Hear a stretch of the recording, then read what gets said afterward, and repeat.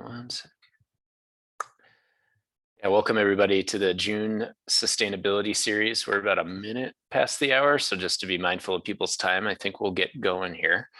But first, thanks for showing up. We got a pretty exciting presentation. We're here about a 0% loan program in Minneapolis to help advance energy efficiency outcomes there. We're excited to welcome Luke Hollenkamp from the City of Minneapolis and Jim Hasnik from the Center for Energy and Environment to help lead the presentation today. As usual, we'll ask for folks during the presentation if they have questions to type them in the chat, and I'll make sure to do my best to bring those up during the course of the presentation. And then we also asked our presenters to provide some time at the end to address any other questions that might come up during the presentation. But otherwise, welcome. We're excited you're here, and I'll turn it over to Luke and Jim to introduce themselves. And thanks again, Luke and Jim, for presenting today. Happy to be here. Thanks for the invitation. And Jim, do you want to introduce yourself now or wait till your slide? Okay, why don't you go ahead? I can wait. Why don't you go ahead and I'll just wait when we get to mine. We'll keep everybody in suspense on who Jim really is. There we go. Hi, everybody. I'm Luke Hollenkamp. Again, I'm at the City of Minneapolis in our sustainability office.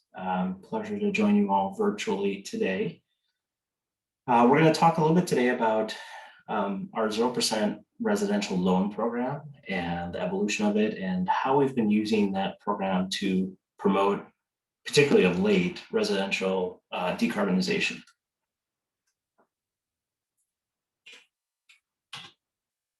We'll start off by talking a little bit about just the genesis of the program, how it came to be, then how the program has evolved over the last 6 or 7 years. Then Jim will introduce himself and then give more information on the current program, details on how it operates, and then also the impact we've seen of the program to date.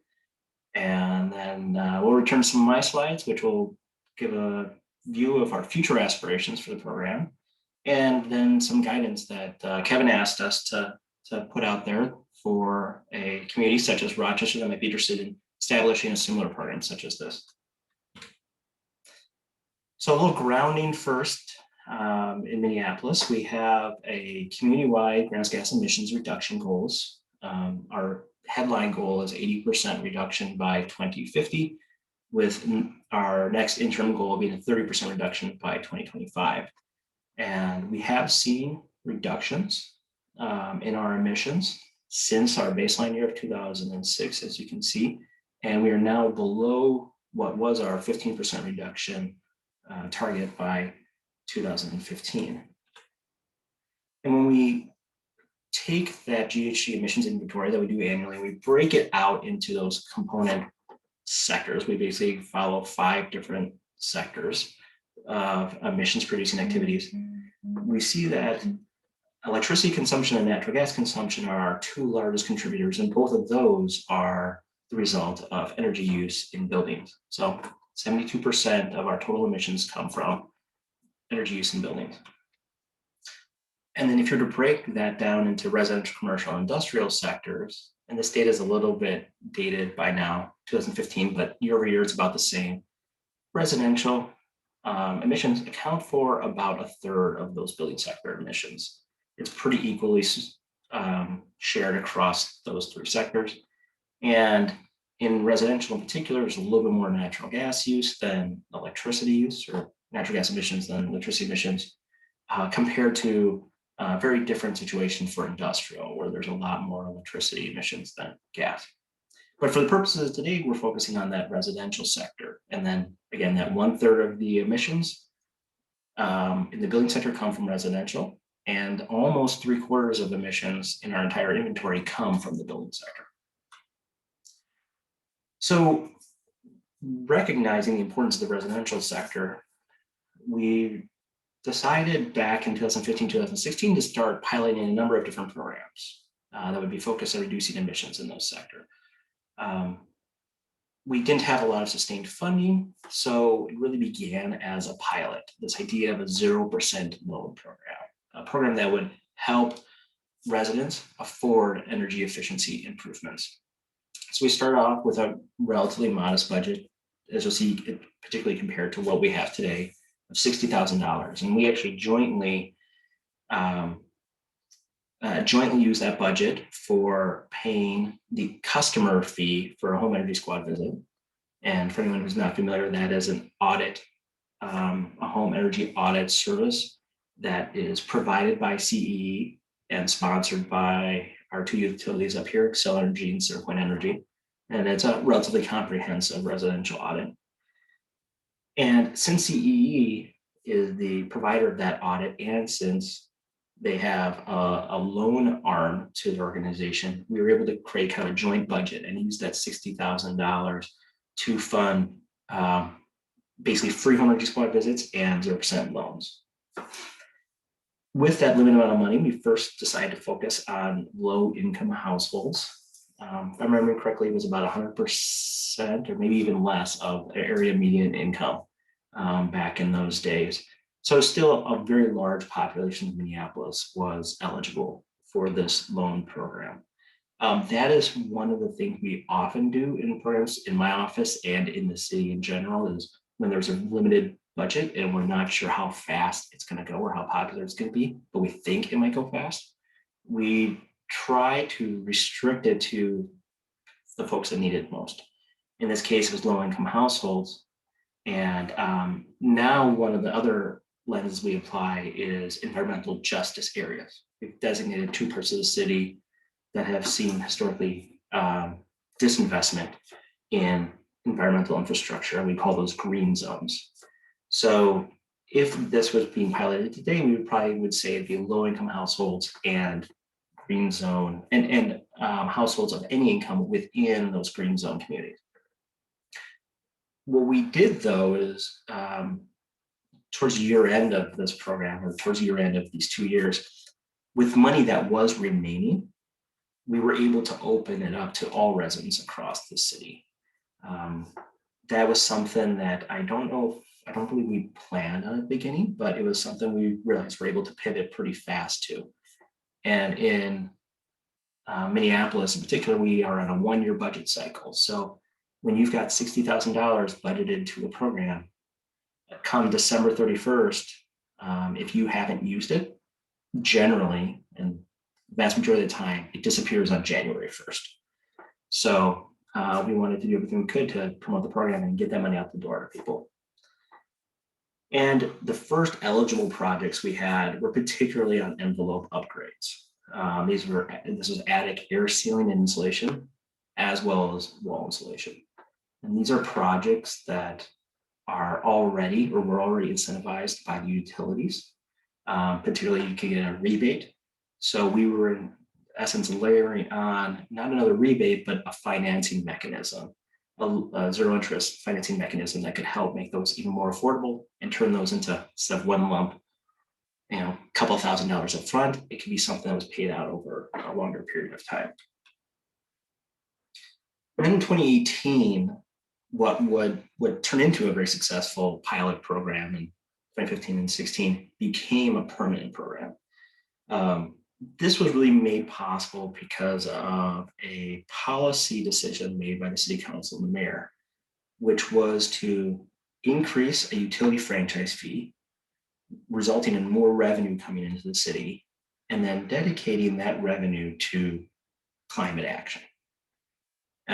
Utility franchise fee, it's something unique for cities that have investor-owned utilities, where we have to sign a franchise agreement with the utility, and in exchange for signing that franchise agreement, which is allowing that utility to operate in the city's public right of way, the city levies a fee on the utility. And actually that fee is passed through as a line item to all customers.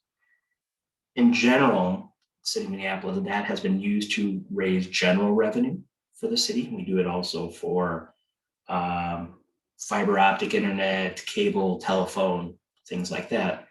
But what we did in this case is we took that percent which was anywhere from 3 to 5% of your total bill, was this utility franchise fee, and we added 0.5 percentage points on top of that. So we increased it modestly. And that brought in another $3 million annually to the city, and the $3 million that was dedicated to climate action. Because of the extra money, we were able to create many programs that were really important and desperately needed. But we were able to then continue and turn this into a permanent program and increase the budget from $60,000 in the pilot to $150,000 ongoing. And again, that was shared between the home energy squad visits and the 0% loans. We also then made, with that extra money, we decided to have no income qualification remaining for the program. This was a little bit of a decision based on how do we build public support for this program in an ongoing basis. We decided that since every utility customer was paying a franchise fee in their bill, and now is paying a little bit more franchise fee because we raised it, we should also have at least a program that is available to every customer as well. Some of our other programs, again, were very targeted to environmental justice areas and low-income areas, but we thought that this is one program that we could point to a customer who might be concerned that their bill had increased by, I believe it was 50 cents a month, and say, although you're paying a little bit more, you now have access to a program. And any resident in Minneapolis has access to the same program. And that would help build what I think we have found to be a lot of public support for this because it was universal.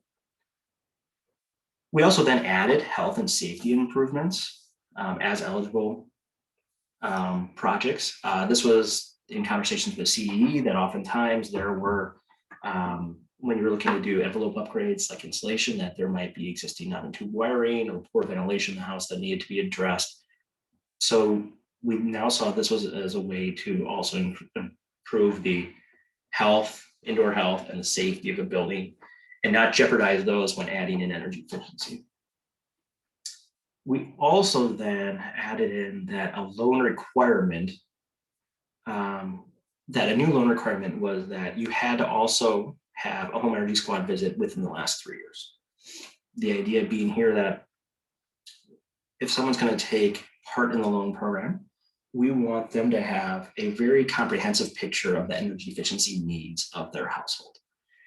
And this would also help drive up, and I think we definitely saw this, that there were people that would apply for a loan, maybe hadn't had a home energy squad visit, so then they go ahead and get that visit scheduled so that they could get that 0% interest loan.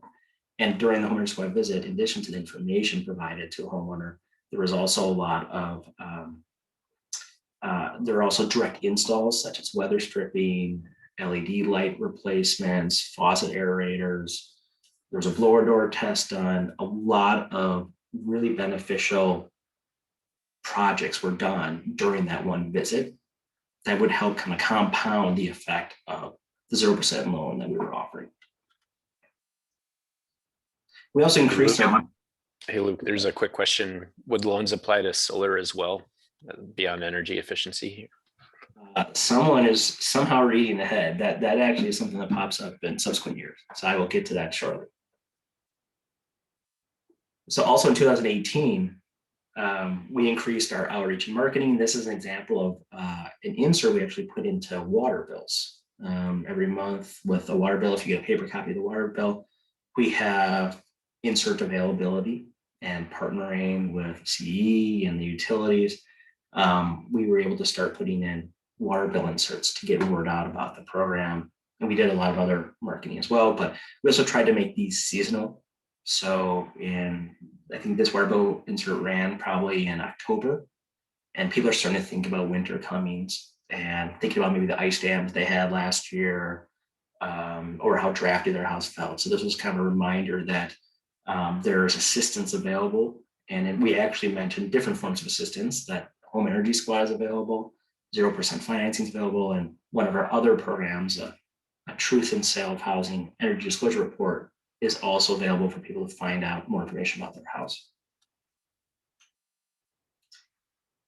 Then in 2019, we started scaling up even more. We were able to, of our climate funding, that dedicated climate funding, about $3 million, we actually were able to increase the piece of the pie that was going to this program. So we now are jointly spending $250,000 on home energy squad 0% loans.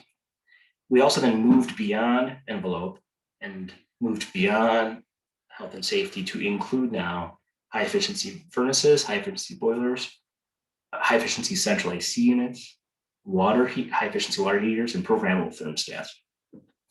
And working with Jim and his team, we actually made, in many of those cases, the required efficiency level to be eligible for the loan above what the minimum efficiency level was required by the utility. So we wanted to help, push interested residents to higher equipment than they may otherwise have been buying. We also then added solar for the first time as an eligible project, with one caveat, because solar could quickly, because it's a big budget item, particularly compared to wall insulation, it could quickly eat up a lot of the budget of this program. So we wanted to make sure that homes were first investing in home energy efficiency. And then once they've accomplished all that, then they become eligible now for solar. So once they had that required home energy squad audit, if they've checked off all of their other requirements and their house basically has no other energy efficiency recommendation, then solar becomes an eligible for the 0% loan program. So it was both a philosophical idea that energy efficiency should come first, as well as a way, again, to encourage energy efficiency across the entire home prior to taking out what's a larger loan for solar. And so we now have a pretty comprehensive list of projects that was eligible, but we also started thinking about promoting electrification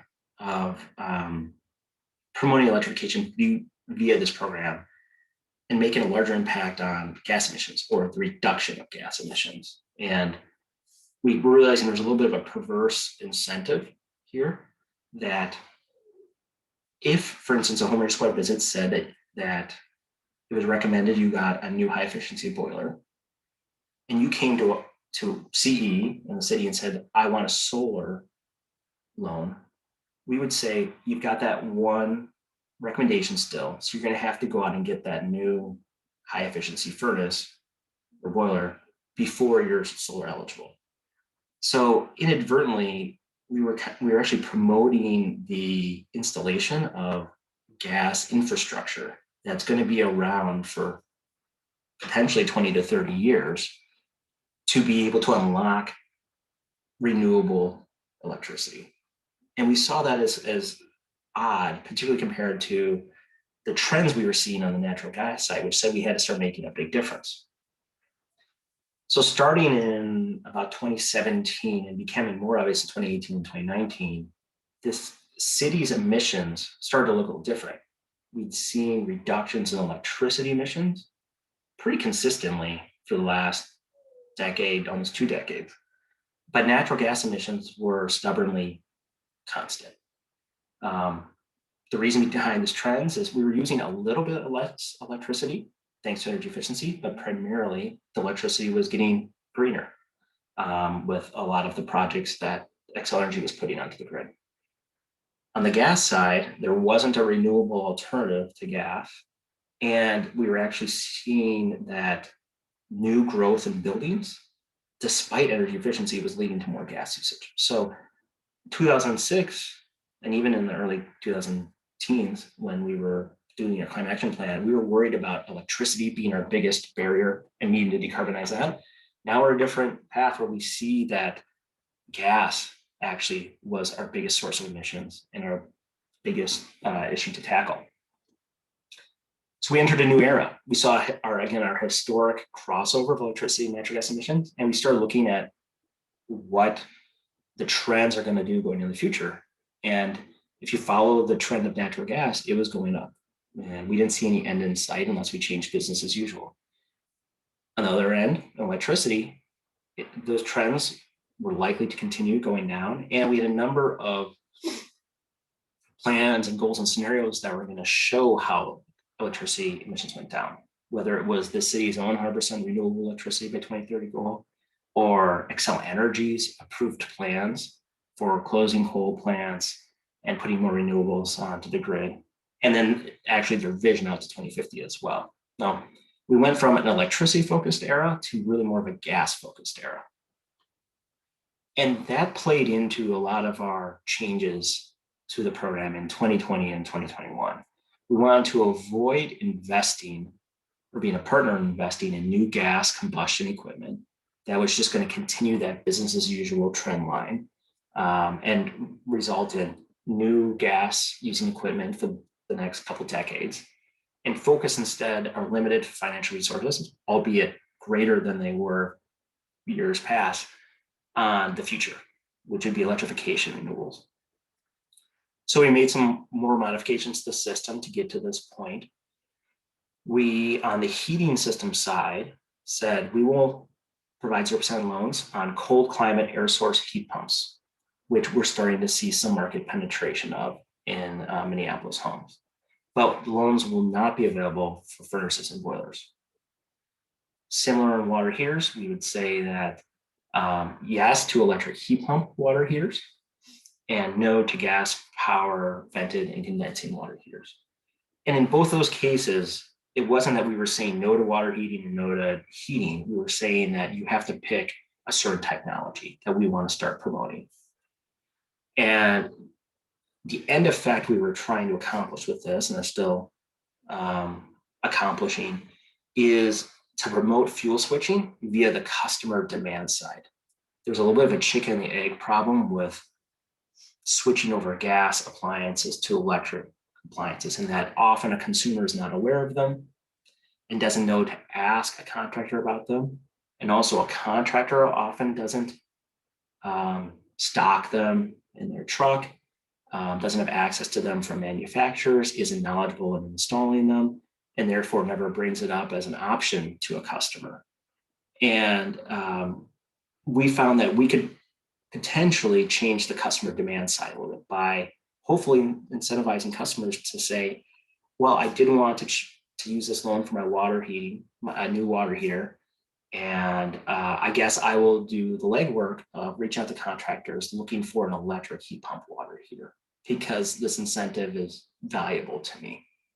And in the end, increasing customer demand, we hope will then also increase the supply and knowledge supply on the market of these water heaters. So that's where the program stands currently. And to get into more details of exactly how that operates, we'll turn to Jim, although it looks like first there may be a question, Kevin. Yeah, sure. Go ahead, Beth. Sorry. Hey, Luke, thanks so much. And thanks, Kevin, for hosting this. I have two questions. One is there an average amount of loan you see on the attic and wall insulation pieces? And then the second one is, and I'm curious about this because I'm looking for this for my own house too. I've gotten 2 quotes for air source heat pumps, both of which included a natural gas backup. And so I'm wondering if you're seeing that come in with requests for this, and if so, do you just fund the heat pump piece of it and not the natural gas furnace component?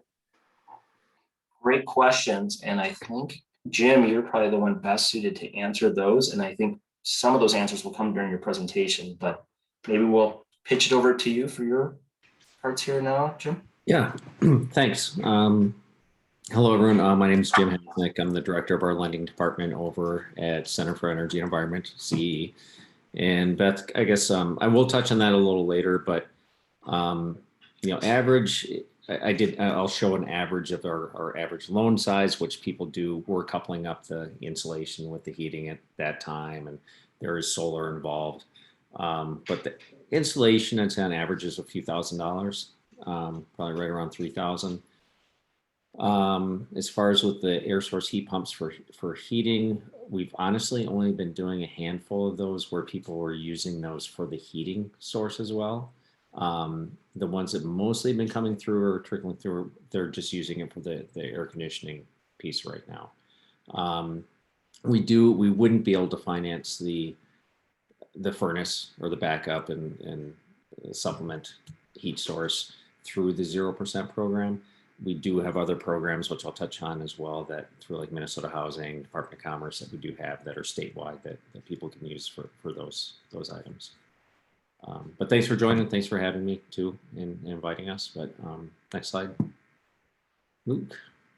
Sorry, Luke's going to be controlling this. So CE, for those that don't know who we are, we're a nonprofit. We're based in Minneapolis. We also have an office in St. Paul. Staff about 160 people, but we do quite a few things, related to energy conservation and sustainability. We've got a research team, an engineering team, programs, which are going to be things like that Luke was talking about, the home energy squad, where we go out and do all those home energy audits for CenterPoint and Excel. We do a small business lighting program for Excel Energy. Policy, we're very active down at the Capitol to help keep SIP or conservation programs alive, and moving things in the right direction for Minnesota. Engagement and education, as Kevin had mentioned, well, he didn't mention, but we work with cities throughout the state on partners in energy or programs to help cities develop their sustainability plans. And then there's lending, which is the piece of part of CE that I'm in charge of at this time. That kind of came about years ago. We were doing a program called Operation Installation, doing the energy audits.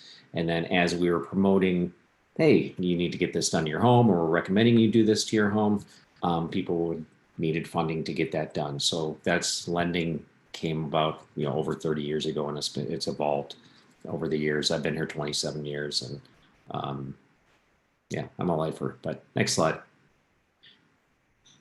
So we do programs with Department of Commerce, Minnesota Housing Finance Agency.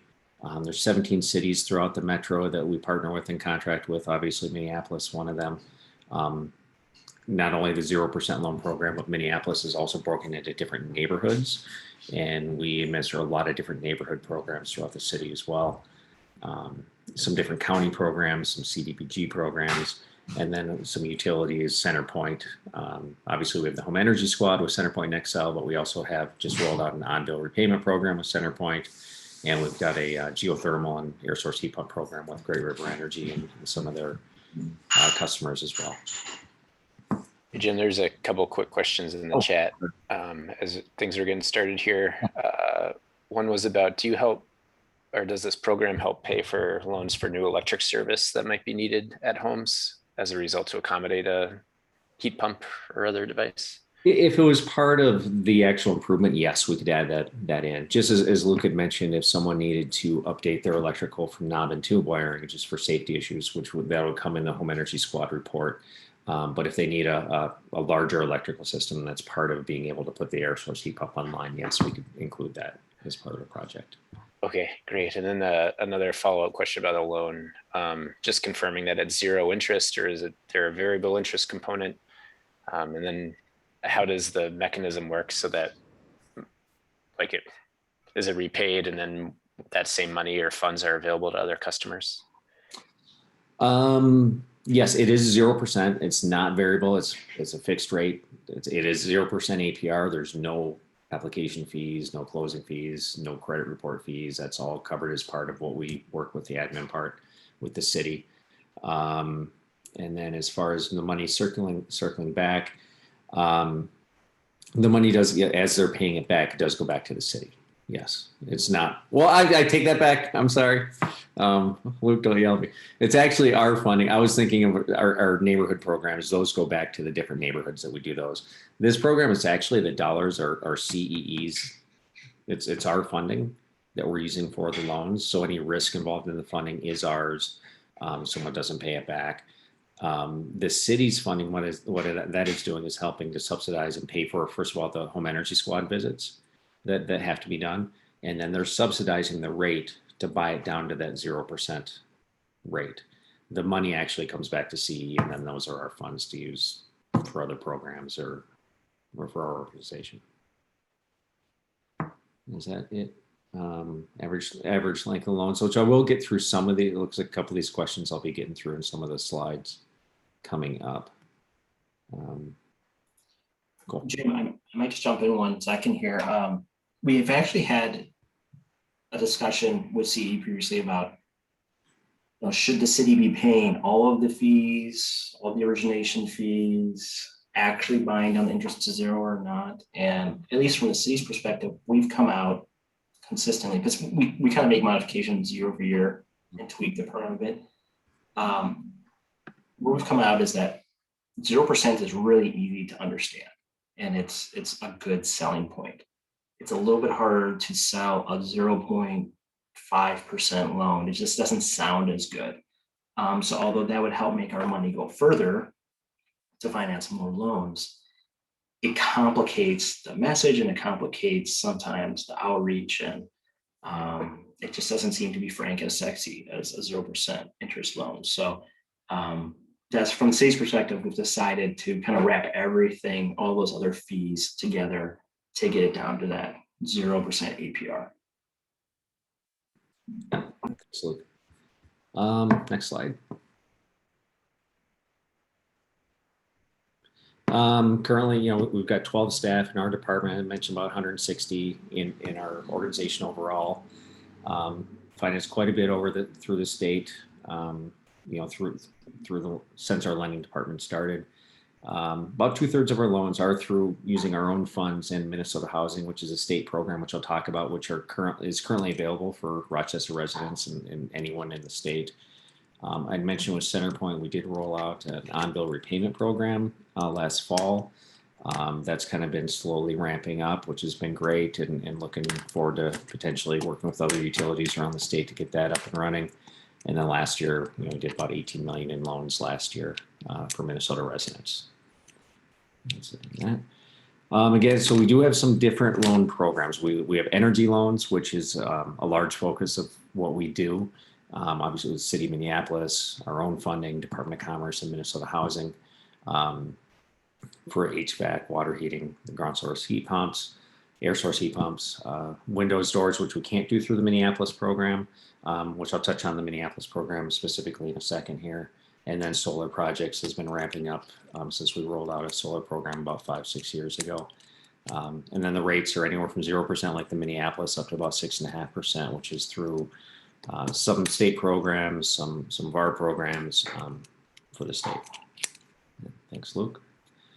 So the Minneapolis program, it is a true, for the resident, it's a 0% rate, APR, which again, there's no fees to the borrower at all. For applying, it's up to $20,000. The terms are up to 10 years. So it is a monthly payback loan. It's not like a deferred loan. The customers do have to qualify and make monthly payments. So we do have to verify income, although there are no income limits or maximum income thresholds that people have to be under. We do have to still verify income to show that they can have the ability to pay the loan back. It's not based on the payback of the project. We do obviously look at the improvements and the bids, make sure everything meets what the city and everything what we're asking for to meet the efficiency requirements. It's right now if it's under 10 to break down under $10,000 and it's up to 5 years, up to $15,000 is 7 years, up to $20,000 is 10 years, and actually 5,000 or less is 3-year term maximum. We do pull credit, so minimum credit score for the borrowers is 620. And then they are unsecured, so it's not tied to the property at all. It's not tied to their utility meter. There's no mortgage or liens placed on the property. Okay, Luke. As Luke had mentioned as well, home energy squad visit must be performed. The financing can be done for that insulation, air sealing, the air source heat pumps for heating and or cooling, heat pump electric water heaters. And then we do verify as long as they are doing those improvements. If someone has recommended, hey, do some insulation, maybe it's just some air sealing they need to have done, or a whole insulation project, wall insulation, attic insulation, they can roll that into the loan with the solar if they go out and get bids. And a lot of times with the home energy squad visit, we actually write those quotes for the customer. We have contractors with the insulation that we vetted with the utilities that we can write the quote right there, and the contractors will honor that. But as long as they're addressing and getting all those things that we recommend, then they can also do the solar. The health and safety issues, Luke touched on that a little bit, but that's also going to be the knob and tube wiring for the electrical, combustion safety, the venting, radon, asbestos mitigation. We can also work with that as well. And the average loan size since we started in 2015 is a little over $7,000. Again, that's for everything though. That's includes those years when the HVAC was included. That includes when solar was added. Insulation, I'd say the average is around that $3,000. The average cost to the city is a little under $1,200 per loan to buy that down to that 0%. We've closed 340 loans for over 2.4 million since 2015. So it's been a great program. Was the insulation only there for a few years, and then I did put some of the insulation, the HES visits that we've done the last 3 years for the program. Last year we didn't do. It was ramping up when we were doing. Once we were added the HVAC and the solar, interest really spiked, and we opened it up to everyone on the income limits. As you can see, in 2019 we had over 1,000 HES visits. Last year was 457. Big part of that was COVID. We had to, our organization had to make a big switch and change of how can we do audits. Obviously, we couldn't go into people's homes during that time, during the shutdown and everything. So we did, that department did a great job of working with the utilities and coming up with virtual visits, but it did take a while to get those online. So last year, the numbers for the visits were down in 2020. Jim, I just wanted to clarify something for everybody. So the second last bullet, insulation only from 2015 to 2018. That means that the only eligible projects were insulation projects. So insulation is still part of the program. Yeah. To date, it was just in that time period, it was the only part of the program. Yeah. Thanks, Luke. That's it on that one. Put together a little slide on some of the numbers that we've done. As you can see, for 2015 through 2018, it was only insulation projects. The budget was also a lot, it was smaller. So we didn't have as much volume. 2019, once the budget and things started increasing and we started being able to do more improvements, our numbers jumped up, dramatically for the total numbers of loans that we did. We still did quite a few loans last year. Even though our HES visits were down, because not everyone that had the visit done in Minneapolis, needed the financing or took the financing out. In 2019, that's when we could do the HVAC, or a lot of people. We did a lot of furnaces and heating systems that year, and then the next year we started phasing that out. The HVAC, we don't do the HVAC programs of that, but we do that was starting to transfer into the air source heat pumps being used for both cooling and heating. And then this year I did put the numbers for 2021 so far, which I think this week I approved 4 or 5 loans just this week since I ran these numbers. And then I just want to touch on some of the other programs, just that residents in Rochester and throughout the state are available, currently. We've got the Minneapolis program, obviously, but we did roll out a solar loan program a while ago for residents. I saw a need for that. It's up to $50,000, and the rates are basically between 2.5% and 4.5%. No income limits, and that's available statewide. The next slide on that, Luke. Just want to show some of the numbers since we kind of rolled that out in 2014, the program, and that is CE dollars that we're using for that. Went to the board and kind of pitched it, got them to approve a certain amount of our funds to use for it. This kind of shows the number of loans we were closing as CE as a whole, but the second column, the solar loans closed, how much that has really been increasing as far as our volume and what we're doing in lending over, at CE. And we just keep working and rolling with the contractors throughout the state and trying to make this a good program and work with them, making sure that, there's been some hiccups with not the programs, but some contractors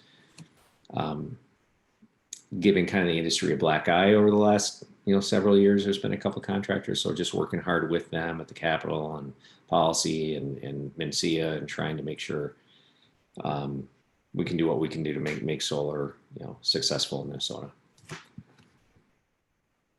Oh, and one other one I want to touch on through Minnesota Housing. I keep mentioning them, but that's another great program that's available statewide. for residents. We do a lot of these, Rochester, throughout the state. It's not only just for energy improvements, it is for, so if they want to do solar, they can do their roofing, they can do their siding, they can, remodel their kitchen and do all the other things that they want to do. If they're going to do insulation, they might be remodeling a basement, doing an addition, or tearing apart their walls and doing the insulation at that time. We do have access to other programs for residents to help, do a full project that they might need to do or have access to funds. And the rates are honestly amazing through MHFA. They've done a lot of changes through their programs over the last 2 years to really increase the volume and make it a really attractive program. And that just helps all of our programs. And that's really all I've got on mine. Finance is kind of boring, so I didn't want to really throw too many numbers out there, but application process, I'll touch on that. So people have the home energy squad visit done. They apply with us. They can apply right online. It's all electronic. Obviously, we can send things out through mail, snail mail, and email. But we really work hard to get these things done quickly and efficiently and as easily as possible for the residents.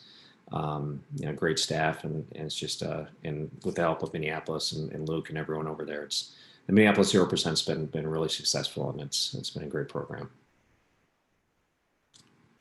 Yeah, I wanted to go back and just highlight a few things that I was just finding impressive from your presentation. Let's see, there was a comment about the impressive home energy squad numbers here at the bottom of this slide, and as Jim said, I mean, it's actually very impressive that almost 500 visits occurred last year, given the pandemic, the switch to a virtual environment. I mean, it's pretty amazing what CE pulled off, and I think that there's actually a lot of items that, and I think a lot of the pivots that CE made from Energy Squad are now becoming part of the standard offering, having kind of an early virtual visit prior to the physical visit. And so it's out of that chaos, I think, came some kind of long-term great improvements. Also looking at the 2020 numbers, you'll notice that between 2019 and 2020, installation projects dropped off a little bit, and probably it's probably not statistically significant that they dropped off. And some of the advertising and outreach we focused on was that a lot of installation projects can occur without having a contractor inside your house, and also focusing on people are spending a lot more time in their houses and they're noticing comfort of their houses more, and that's leading them to think about insulation. So that we had to I think we all had to kind of pivot. Well, that goes without saying, everybody had to pivot, but this program also had to pivot because of the pandemic, and I think showed some impressive results despite all those challenges. And then again, on the solar side, you can see, there wasn't any drop off in solar installations there. It's probably worth mentioning, solar is still a big ticket item. It is in some ways kind of a luxury good, and that the folks that have been hit hardest by the pandemic economically are generally people not buying solar for their houses. The middle and upper class are still able to afford solar installations like that. So that's why you see these numbers going up in solar. But we've tried really hard to focus on installation projects too, because they are so cost effective, and they make a big difference in the actual health and safety of a home, particularly if there's young kids in the house. And making a house more weather tight has a lot of advantages for really all types of housing. Just kind of rounding out the conversation here, we have some future aspirations and some possible ideas for where we might take this program next. I think we want to continue on cementing a lasting program. We'd like this hasn't been just a flash in the pan. This is a program now that's being offered year over year, and that helps build consumer awareness and success of the program. We've talked about at times, if we had the money available, we could also pay down some of the loan principal in addition to the interest. And this would be kind of like providing an extra rebate to what the utilities may provide. So that's something we've thrown around. Another possibility is to expand the type of equipment that might be eligible. Things like induction stovetops and EV chargers. I saw a comment about gas stoves. Interestingly, if anyone else is this old house buff like I am, you may notice that in some of the recent seasons, they've had more houses that have put in induction cooktops, and they've actually had in some segments talking about the advantages of them. We're starting to think about how can we as the city educate folks more on the advantages of that, and it would be both in terms of combustion safety, reducing combustion byproducts in the air in the house. It's also much safer around kids. I have 2 young kids now, and the stove really scares me a lot of times, despite our kid proofing. And it's very efficient. And obviously EV chargers are really taking off too, but can be kind of a big ticket upgrade for a lot of people as well. We'll also be thinking about pairing this type of project with inclusive financing. This might take me a long time to explain, so I probably won't go into details, but this is a financing where, unlike a loan here where it's not secured by the home mortgage or anything like that, inclusive financing would actually be a loan that is secured by the house itself. And because of that, it can reduce those creditworthiness limits that are seen in many of the traditional funding programs. So this is something we are working on with City Energy right now, and hope to get PUC approval to pilot in Minneapolis and actually in Centerpoint territory. And then also continue. Can I jump in quick? As you're talking about that piece of it, the Centerpoint on-bill repayment program that we rolled out last year, Minneapolis, the 0% loan is eligible to use that now. We are still, as I mentioned, it's a slow rollout. We just did, actually, Luke, you don't even know this, is last week we did a training for all the HES contractors to use the 0% on-bill repayment program, which kind of the difference in that is that people don't have to actually qualify income-wise for the loan now. We don't have to verify income. As long as they're pretty much good and standing with Centerpoint, current on their mortgage and their property taxes, they can do like these installation projects for this program and other programs at the 0%, and it's going to be paid right back on their utility bill. So I just want to throw that in. That's going to be rolling out here with all the HES contractors soon. Yeah, absolutely. I think that'll really help, particularly on envelope upgrades too. Push our numbers even higher. And then we'll be working to pair our programs with additional customer awareness, contractor knowledge and inventory, particularly on that electrification side, and then workforce development too. Trying to figure out ways to tie environmental justice further into this program, particularly since it is open to all income levels and across the city. Right now, it's lost a bit of that flavor. It's made it more popular and it's made its GHG impact greater, but it means that we have just lost that kind of fine tuning we had to focus a little more on environmental justice. We're looking at ways to put that back into the program. And some just really high level guidance for another city. And this might be partially an answer to one of the questions on how soon until Rochester has a program like this. What's been really important was having a stable ongoing source of funding that we know we're going to do this year over year.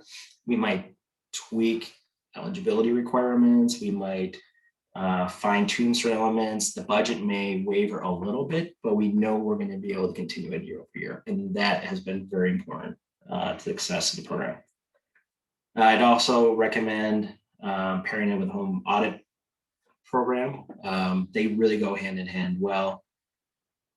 I think that this program helps fill a little bit of a gap right now that we had until recently, which is there weren't.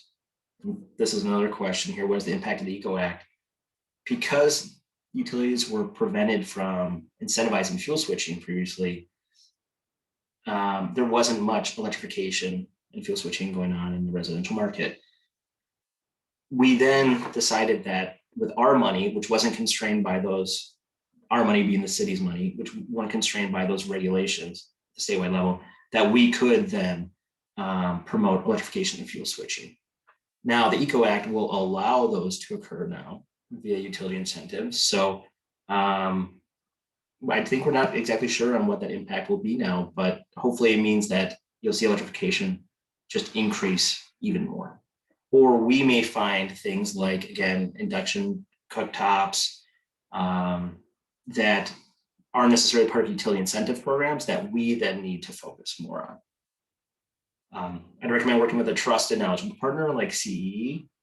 They've been great to work with. Jim's been great to work with. And honestly, this program is on autopilot for most of the year after we kind of early in a year figure out what the fine tuning for that year is going to look like. And then CEE kind of takes it from there and we pay the invoices and get regular updates. So that's from a staff level, that's been really valuable to have.